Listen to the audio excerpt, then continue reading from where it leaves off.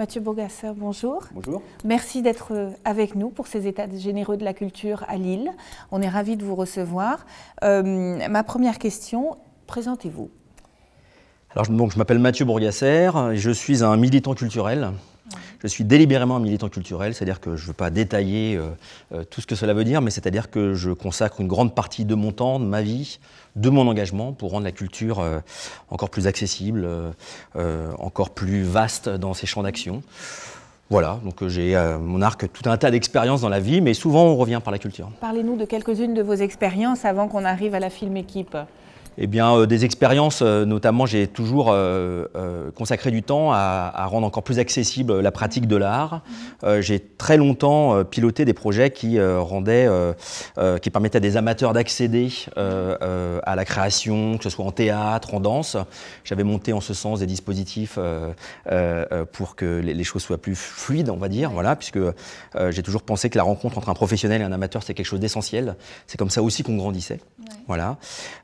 Et puis j'ai monté. Ça se faisait par quel biais alors?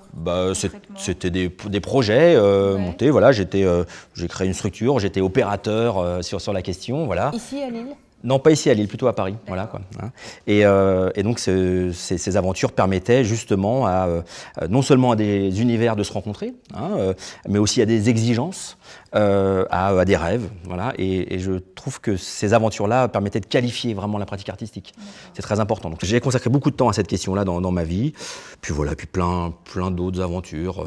Mais encore une fois, on revient toujours autour de la culture. D'accord. Voilà. Alors vous êtes à Lille aujourd'hui. Vous avez mis en place la Film Équipe. De quel constat est née la nécessité de mettre en place ce projet ? Eh bien, quand on regarde la société aujourd'hui, on n'a pas besoin d'avoir fait de grandes études pour constater que finalement, le lien entre les individus, la relation sociale, la vie dans les quartiers, toutes ces choses qui m'apparaissent moi comme essentielles, tout cela s'est délité au fil des années. Je n'en veux jamais à personne, mais on peut quand même constater que ce que l'on appelle le repli sur soi est quelque chose qui s'est quand même bien développé, bien installé. Et j'arrive pas à me résigner à cette idée-là. J'arrive pas à ce que lorsqu'on habite dans un quartier, on ne dise pas bonjour à son voisin. J'arrive pas à me résigner que lorsqu'il y a un conflit, ça puisse pas se régler justement par la parole, plutôt que par la violence et par des fâcheries indélébiles. Et je trouve qu'il manque globalement à cette société des points de rencontre, des points d'échange, des moments où effectivement on se dit, eh bien tiens, à ce moment-là dans ma vie j'ai rencontré quelqu'un et ce que j'ai partagé avec lui c'est quelque chose d'important, d'essentiel et sans doute que ça m'a transformé.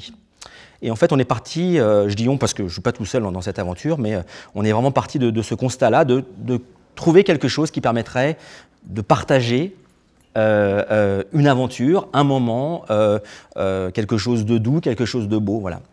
Et ça faisait un petit bout de temps que je réfléchissais à quel outil finalement, qu'est-ce qui pourrait, sur quoi on pourrait s'appuyer pour que cela ait lieu. Et j'ai toujours pensé que si je vous dis à vous, j'aimerais bien que vous regardiez ce film. Ce film m'a beaucoup touché. Est-ce que vous seriez d'accord pour regarder ce film et est-ce que vous seriez d'accord pour me dire ce que vous en pensez après? Parce que c'est aussi comme ça qu'on partage les choses, parce que c'est là où il y a de l'émotion, où il y a des belles choses qui sont entre nous.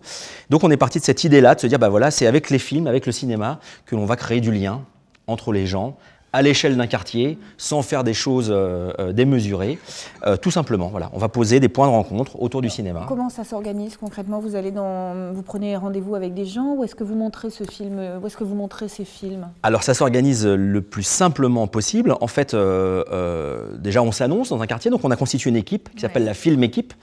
Voilà, une équipe qu'on a délibérément composée d'individus différents les uns des autres. Mais des individus avec un fort potentiel énergétique, j'ai envie de dire, c'est-à-dire un peu des fous furieux, voilà, avec beaucoup d'énergie, prêts à amener l'aventure, voilà. Et Et cette Film Équipe s'est installée, s'est annoncée. On a su, donc à l'échelle du quartier dans lequel nous avons agi, donc qui est le quartier de Oisem à Lille, on a su qu'il y avait une équipe qui avait une proposition importante à faire aux habitants. Et nous sommes allés voir les habitants, on leur a dit, voilà, on a quelques petites questions à vous poser. La première question, c'est quel est le film auquel vous tenez particulièrement et que vous auriez envie de faire partager à quelqu'un. un film qui vous a ému, un film qui correspond à un parcours de votre vie. Enfin, quelle est cette chose importante que vous aimeriez faire partager? Donc les gens nous répondent tel film, hein, voilà quoi. Et la deuxième question, c'est si on transformait votre salon en petite salle de cinéma, combien il y a de place? Et c'est rien d'autre que ça finalement. Et c'est-à-dire qu'on a, en très peu de temps, finalement, eu la grande satisfaction d'avoir plus de 75 films proposés chez des gens qui se sont totalement organisés chez eux. C'est eux qui ont organisé leur petite salle de cinéma. Donc nous, on n'intervient pas beaucoup. Et puis, on a simplement valorisé cette idée-là. Quel est celui qui revient le plus souvent, qu'on vous demande le plus souvent de montrer? Alors ça, c'est magique. Et c'est ce qui nous fait penser qu'on a eu raison de faire cela. C'est que, finalement, on n'a jamais eu de doublon. Sur les 75 films, on n'a pas eu de doublon. C'est-à-dire qu'on a eu un panel très large eh bien, on a eu du David Lynch, on a eu des films plutôt des années 70, on a eu des films plutôt drôles, des films plutôt durs, enfin, on a eu Le Mépris, on a eu À nos amours de Piala, enfin, bon, voilà. Mais il y avait vraiment une programmation très très large, et ce qui finalement nous allait bien, puisque ça permettait à chacun de choisir en fonction soit de ses goûts, soit de son envie de découverte, de sa curiosité. Et en général, ces projections, elles débouchent sur quoi à l'arrivée par rapport comment réagissent les gens? En fait, on fait un petit jeu, parce que c'est assez ludique finalement comme aventure.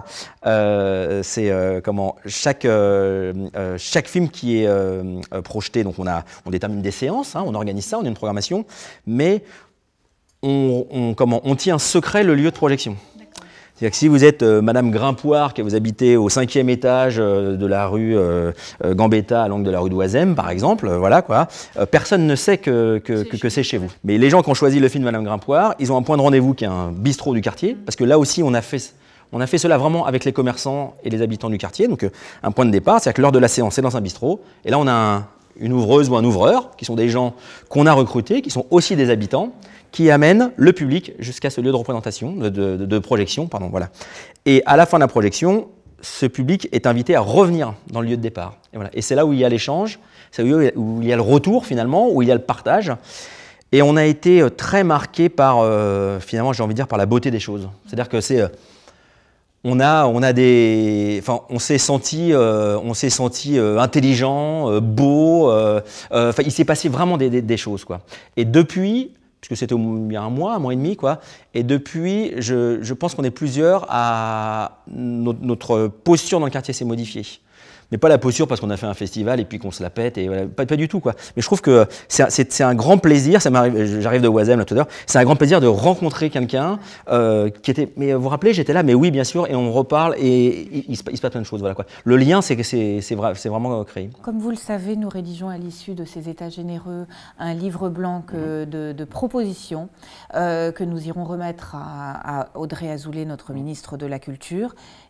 Quelles propositions concrètes vous aimeriez qu'on rajoute à ce livre blanc? Moi, je serais pour rendre obligatoire, à partir de la 4e ou de la 3e, un parcours du spectateur pour tous les élèves.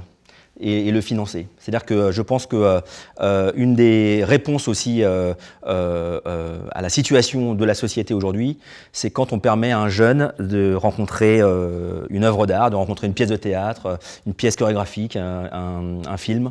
Et je sais qu'il y a des militants chez les profs qui essayent ça, mais il y a souvent le problème de financement. Je serais pour que l'État finance cela. Voilà. À partir de la 4e ou la 3e, voilà, il y a le parcours du spectateur, et dans l'année, on a 4 rendez-vous obligatoires avec l'art. Mathieu Bourgasser, merci beaucoup. Merci.